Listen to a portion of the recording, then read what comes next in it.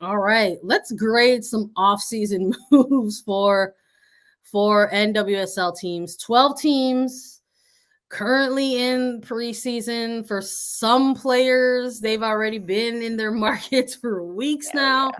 Some players are finally reporting. Look, all we know is that it's still the early weeks and it's still in full swing here. And the fact that there are teams that are still making moves in the lead up to the regular season during their preseason, I think says a lot about some teams. Look, I will fully put myself, on blast. Wrote up some off-season grades for all of the teams. You can find those right now on CBSSports.com. Spoiler alert: Kansas City Current is the only team that was given an A+ from me. There's a lot of average marks. Because when I'm looking at the clubs this offseason, Hmm. Lisa, that's exactly what it was. They're off-season grades. So I'm looking at things as a whole. I'm looking at, like, yes, what did teams look like, or what were they achieving during the first ever free agency period in the league, right? It was an exciting time. What happened? Who were the winners in that, right? And we chatted a little bit about that before, but that also includes NWSL draft. How did teams utilize Yeah. that? How did teams navigate hiring of new head coaches, or fleshing out their technical staffs, right? Um, so I know that I have a lot of double duty. Sometimes I wear many hats, as you all know. So if I'm not hanging out with Lisa and chatting all things soccer, I'm writing about it for .com as well. So take a look at those when you get a chance. But in terms of like average grades, I think I could go alphabetical. Um, started with Angel City and Chicago Red Stars. They kind of got average marks for me. I wasn't too blown away, but I also wasn't, too impressed by maybe what the lack of what they did or didn't do. They got C+ from me. Houston Dash with a B+, Kansas City Current with an A+, Carolina Courage with a C. Gotham FC got an A for me for their overall offseason moves. Now, do I think that's going to translate to the season? I'm not too sure. We'll find out. This is just a grade for the offseason moves. I'm not saying that I they're mean, gonna work out, but I liked their moves and I gave them an A. I gave All Rain a B-, Orlando Pride a B, I gave Portland Thorns a B, I gave Racing Louisville a C+, and I gave San Diego Wave a B. And fortunately, Washington Spirit, as much as I was impressed by the things that they added to their technical staff, because I really did like how they boosted up their technical staff. mhm, I just didn't really, I just wasn't really feeling the moves because there were a lack of moves. I think they tried right. to flesh out their roster a bit through the draft, but it just, when you're looking at this team, they just won the NWSL Championship trophy in 2021, and that's just 2 seasons ago. So Hmm. I don't look at Washington Spirit and say, "Oh, that's a team that's in a rebuild year." But here they are, and they've had some player turnover, they have some staff turnover.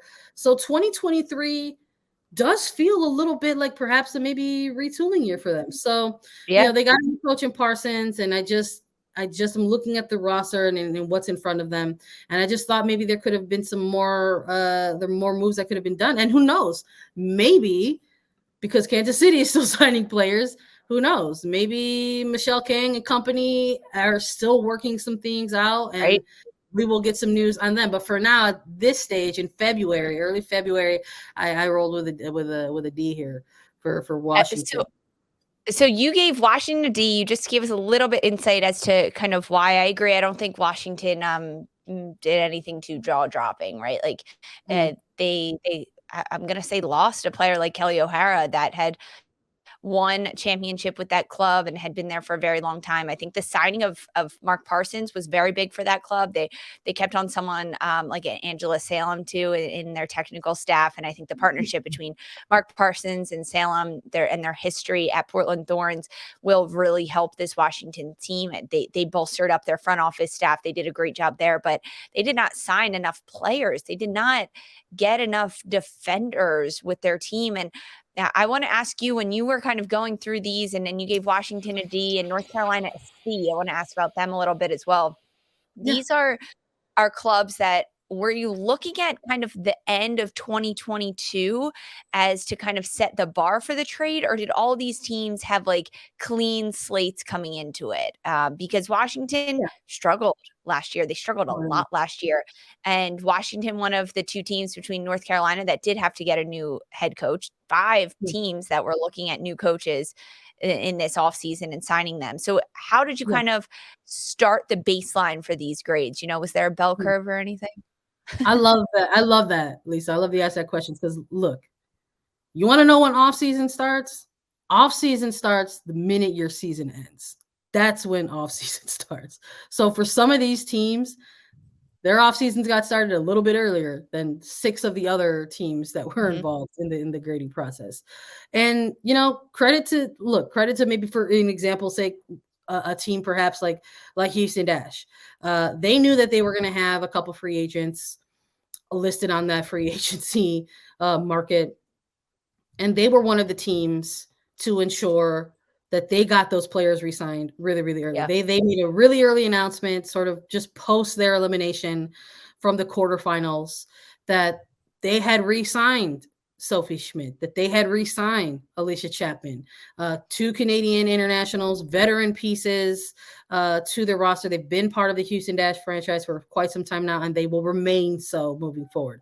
So something like a move like that, perhaps combined with a heavy draft day swing for them, trading out to get somebody like Diana Ordonez as part of the roster. But I'm also Mhm. looking at something like the hiring of Sam Lady, including him in part of this as well. This is a club, unlike some of the other teams that entered their offseason and they needed a new head coach. Um, so I'm including something like that as well. So I think you have to look, when you're looking at off-season grades, you have to look at everything. So Mhm. especially for us, because it's like we have taken the offseason in segments ourselves, right? In terms of how we've covered things on A3. Like when free agency was announced, we were taking a look at the players and the list who were going to be signed and which teams they were signing with, or if they were remaining with their club. When the draft came along, we covered the draft and did a lot of draft day content. We even gave some actual draft day grades. When new coaches were announced or new staff was hired, we were kind of, so we took all these things in parts. So let's summarize it all. Let's take a look at Yeah. it and give out some grades. And listen, I know people hate reading now, and that makes me sad personally. But I promise you that if you go to .com, you will read a lovely little blurb on each team in terms of why I graded them the way that I graded them. Don't make But Sandra sad. Go read articles, people, especially hers. They're lovely. They're beautifully written. Come on, yeah, it won't take that long. let's take a look. You're agreeing with me on some of the low marks here, right? We're talking a little bit Yeah. about Washington Spirit. Let's maybe talk about maybe some of the high marks. There's only one team that got an A plus and another team that got an A. I gave an A plus to Kansas City Current. I gave an A to Gotham FC. Yes, no, higher, lower, plus or minus. What's your opinion on those? I think with Kansas City, they definitely deserve a high grade, right? They're passing. They're not failing by any means. I like that you gave them an A plus. I do. I'm not sure I would have given them an A plus, maybe just an A, because I like all the moves that Kansas City did, right? They decided they were going to be heavy hitters in this offseason. It started early with going after the Brazilian international like Dabinia, targeting those big time players that they had. It was Sam Ewis going out with an injury and being out for the foreseeable future with this long-term injury is something that Kansas City knew heading into this offseason. And although it wasn't public yet, Matt Potter knew that, Kansas City knew that. So they needed to make changes as to who they were going to get and kind of bolster up that midfield. And that's exactly what they did, right? With Morgan Gautreau, Vanessa DiBernardo as free agency signings. Then they get Dabinia in the midfield as well. They also are keeping a lot of players that they had last year. They ended up trading away Lynn Williams, though. That was a draft day trade, so they could get a young player in Michelle Cooper, who's already signed to a contract, the sophomore out of Duke, number 2 overall in the draft this year. They also traded away Elise Bennett, who was a rookie for Kansas City last year, a forward that would change the game, not starting every game, but in those moments, I think she was a little bit more crucial when she came in off the bench and she could notch goals. So when I look at what Kansas City has done, and now they've gotten Hannah Glass, which I know that you wrote this up and gave them the score before that. I don't really think that would have changed your score that much now, knowing that. Do you give them the plus? Exactly.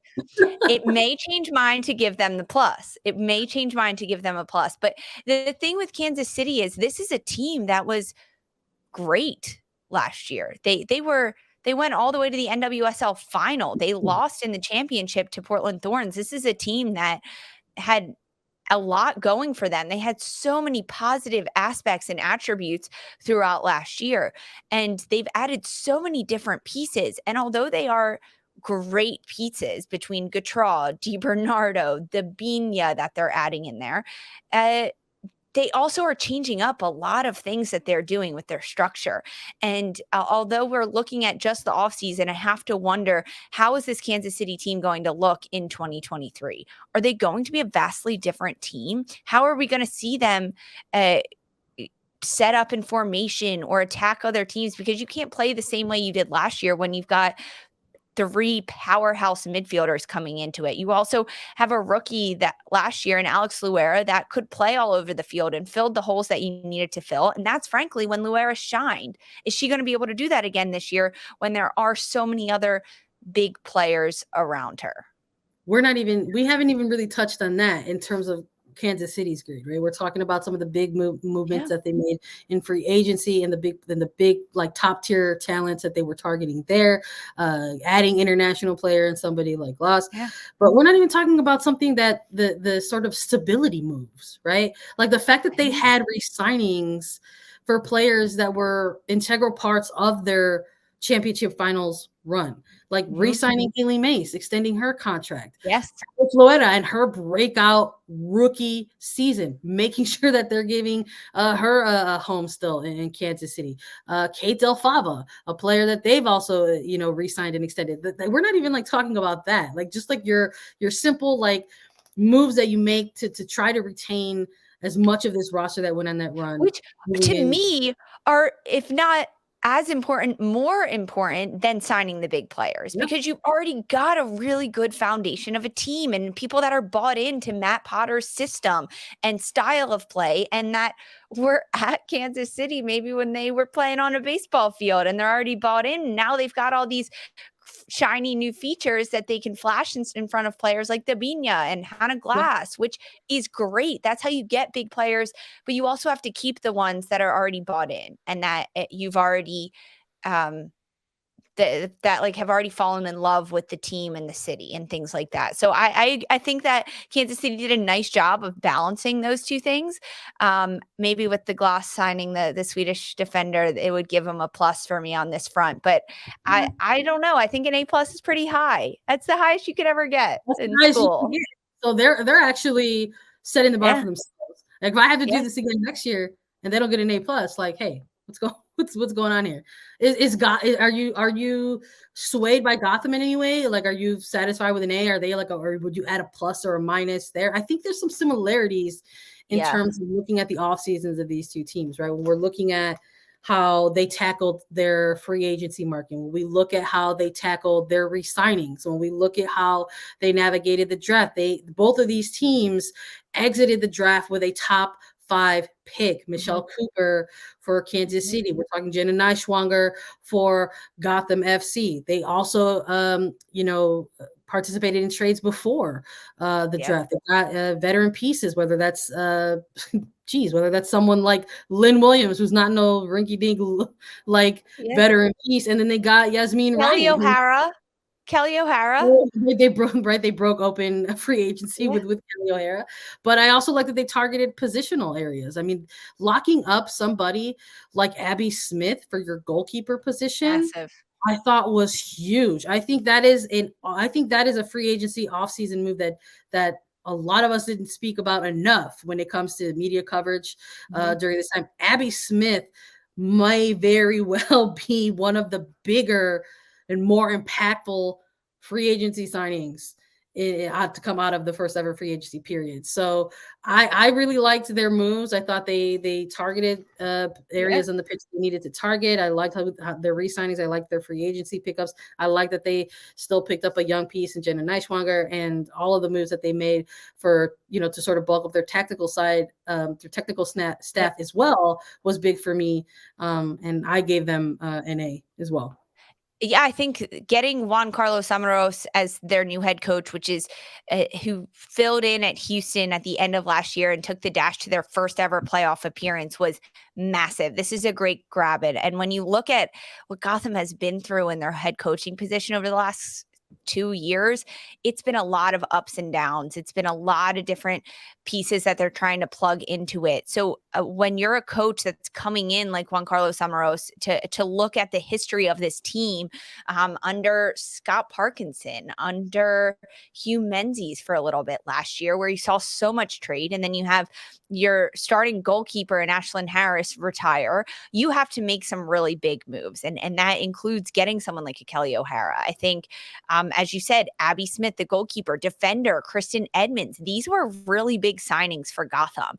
And I think I'm a little biased. I have a hard time separating off and building a brick wall in my brain of where the offseason starts, because I can't help but look at how a team did last year, right? That's what Yeah. you're building off of. That's where you have to go. And that's why I struggled with giving Kansas City such an A plus, because they already started pretty high. And that's why I think I'm going to give Kansas City just an A, because they were runners up last year. Gotham, they were bad last year. They did not perform well. They didn't have a lot of consistency. What, they broke a record for like the most amount of losses in a Uh-huh. row or something, some horrible stat like that. So Gotham is building from the ground up at this point. And I give them a higher grade because of that, because of how much work actually needed to be done to lock up the players that were already there, continue to make them happy, continue to make someone like a Christy Mewis that left a Houston Dash team and then came to a Gotham side and struggled and struggled. And this is a player in Christy Mewis that's looking to make a World Cup roster with the United States. You have to keep someone like that happy while also making sure you can grow the team around a player like Christy Mewis in the midfield. And that includes the trades that they got at the end of last year with Victoria Pickett coming to Kansas City. And then they end up getting Yasmin Ryan in this very right before the draft stage, and Lynn Williams. I think that Gotham had a really good offseason. They did, compared to where they started at the end of 2022 and where they can go from there. I would maybe even give them an A plus. But again, I have this hard time separating the end of 2022 with the offseason, because that's how you do what you do in the offseason based on your performances in 2022. So I would give Gotham a higher grade. You're gonna be like the teacher from A Christmas Story, writing on the Yeah. chalkboard like A plus plus plus plus plus plus. Plus, plus, plus, plus, Plus, plus. plus, plus. Yes. I love that. No, I think that's it all. That's just more added case that you could give to the grade. I'm comfortable with the A. I like that you're saying that there's a window to write in the plus Mhm. for them, and I'm in agreement with you. You absolutely have to take a look where they were in terms of Yeah. their previous season. But look, let's close it out. I have some average grades here, and I'm going to ask you to maybe make a case to either bump them higher or bump them lower. Angel City, Chicago Red Stars got C pluses. North Carolina Courage got a C. I think Racing Louisville, I also gave them a C plus. Any of these sort of kind of mediocre, like average kind of grades, or for these particular clubs that you think maybe you want to make a case to bump higher, or even make a case to bump lower? Yeah, I mean, I think pretty accurate for some of these clubs, like Angel City getting a C plus. Like, yeah, they didn't do too much. Same as Chicago Red Stars. The only team that I'm looking at that maybe made a couple of changes, that I'm okay with and I'm intrigued to see with Racing Louisville is yes, they traded away Emily Fox, but they got Carson Pickett and Abby Erseg. This is a team that then also just made the loan transfer with Riley Parker and Tigres Femenil. I think that Racing Louisville is a team that I maybe would have given a B to in this situation, just because of the changes that they're making are not massive. They're small part changes, but hey, a 2-for-1 trade with Emily Fox in North Carolina, getting 2 defenders that are international experiences, that also both won't be going to a World Cup this summer, between Abby Erseg and Carson Pickett. I think that's a really, really good get for Racing Louisville, and I would make a little push for them to get a higher grade at a B probably. Okay, you swayed me a little bit, but I don't know if I'll go B. Maybe I would change the C+ to like a B-. We'll see. We'll see what Oh, happens. right, B-. I forget about the minuses. I'm not gonna lie. I didn't have those in high school. Margins, We didn't have Lisa. minuses. The margins, they're so important. We Margins. talk about them all of the time on this show. Look, that's a wrap. Everybody go read the grades and learn all about the off seasons and how you rank things. This is a wrap for Attacking Third. We appreciate you all joining us as always.